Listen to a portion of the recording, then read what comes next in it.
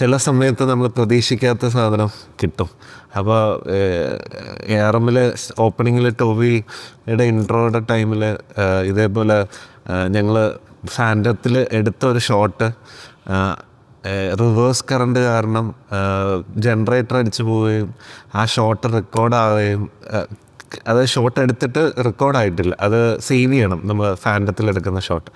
അപ്പോൾ അത്രയും അത് മറ്റേ ബോൾട്ട് ക്യാമറ യൂസ് ചെയ്തിട്ടാണ് എടുത്തത്. അപ്പോൾ ഇതെല്ലാം എടുത്തു കഴിഞ്ഞ് അടിപൊളി എന്നൊക്കെ പറഞ്ഞ് ക്ലാപ്പൊക്കെ ചെയ്ത സമയത്ത് ഏറ്റവും ലാസ്റ്റ് ഇങ്ങനെ കറണ്ട് ഫുൾ കട്ടായിട്ട് സേവ് ആയില്ല എന്ന് പറഞ്ഞു. അപ്പോൾ ടോയ് വന്നിട്ട് അയ്യോ, മീൻസ് അത്രയും കഷ്ടപ്പെട്ട് വേണം അത് ചെയ്യാൻ, സിംഗിൾ ഷോട്ട് ആയതുകൊണ്ട് അത്രയും ടൈം എടുത്തു.